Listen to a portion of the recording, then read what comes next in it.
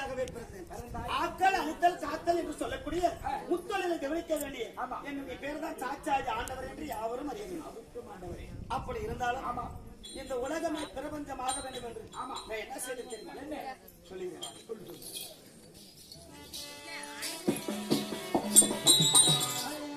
நான் பத்தாவதால்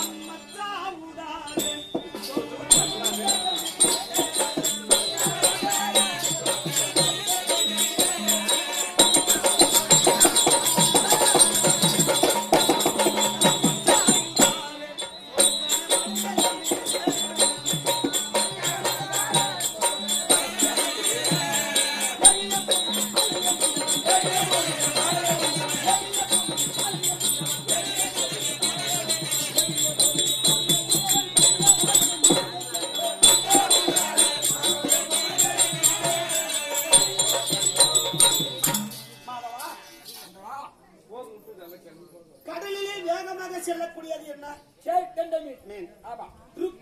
சாமம் அதிர்வனம். நான்கு வேதத்தையும் பாராயணம் செய்ய வேண்டும். உலகமே தன்னிமயமாகவே இருந்தது. இது பிரபஞ்சமாக வேண்டும் என்று சொல்லி ருக்கு எசிர் சாமம் மூன்று வேதத்தையும் பாராயணம் செய்ய வேண்டும் என்று சொல்லி என் மகனாகிய பிரம்மதேவன் இடத்தில் கொண்டு வந்து கொடுத்தாய்.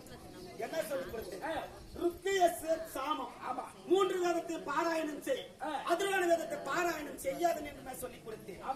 அப்போது என் மகனாகிய பிரம்மதேவன் மூன்று வேதத்தையும் பாராயணம் செய்துவிட்டு அதிர்வன வேதத்தில் ஏதோ ஒரு ரகசியம் இருக்கிறது, அதனால தந்தையாகிய மகாவிஷ்ணு மரிசி சொல்லி இருக்கிறார் என்று அந்த வேதத்தை பாராயணம் செய்தான்.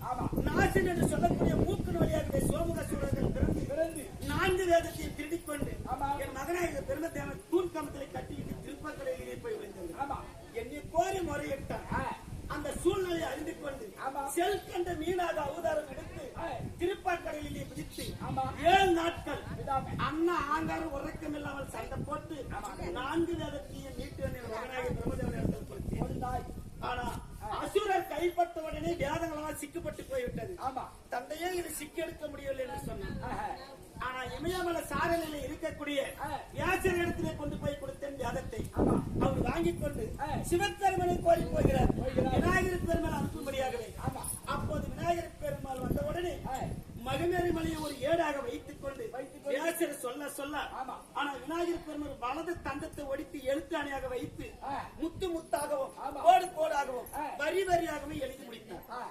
இந்த இதிகாச மகாபாரத கதை நம்ம எவ்வளவுதான் இதை கத்தி கத்தி நம்ம பாடினாலும் இது நம்மளுக்கு புண்ணியம் கிடையாது. கண்ணில பார்ப்பவர்களுக்கு இதை தூங்காமல் காதால கேட்பவர்களுக்கு இந்த மகாபாரத புண்ணிய கதை எழுதிவிட்டார்கள் இல்லையா? இந்த கலியோக மக்கள் பிறந்தது ஒண்ணு கிடையாது. அலை போல் கடலை எவ்வளவு அலை அடிக்குதோ அதே போல் ஓயாமல் வேலையை செஞ்சு ஆனா கும்பிக்கு எற தேடி தூங்குவது பயணத்தை தான் அறிஞ்சிருக்கிறாங்க. ஒண்ணு எந்த பயணமும் கையோக மக்கள் அடையவில்லை இல்லையா? அதனால எதை தப்பு செய்வோம் எதை தவறு என்று தெரிதல எதனாலும் செஞ்சிருவாங்க, அவங்களுக்கு நல்லதே தெரிஞ்சிடும். அதை போல இந்த பாவங்கள் எல்லாம் செய்து பாவங்கள் எல்லாம் போக வேண்டும் என்றால் சொர்க்கத்தில் இட வேண்டும் என்றால் இந்த கலியோக மக்கள் இந்த கதையை புண்ணிய கதையை பார்க்க வேண்டும் என்று இந்த இதிகாசத்தை சொல்லி இருக்கிறார்கள் இல்லையா? அதனால இது நம்மளுக்கு புண்ணியம் கிடையாது. என்ன அவதாரம் எடுத்திருக்கிறேன் சொல்லுங்க.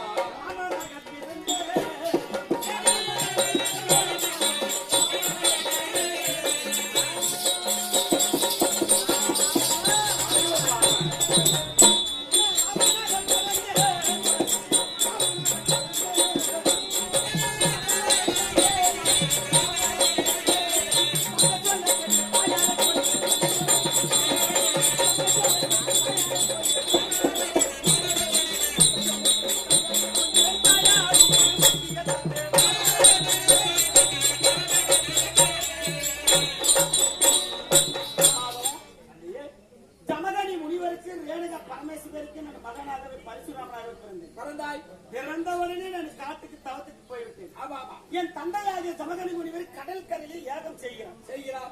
அப்படி யாகத்துக்கு என் தாயார் ரேணுகா பரமேஸ்வரி தண்ணி கொடுக்கணும்.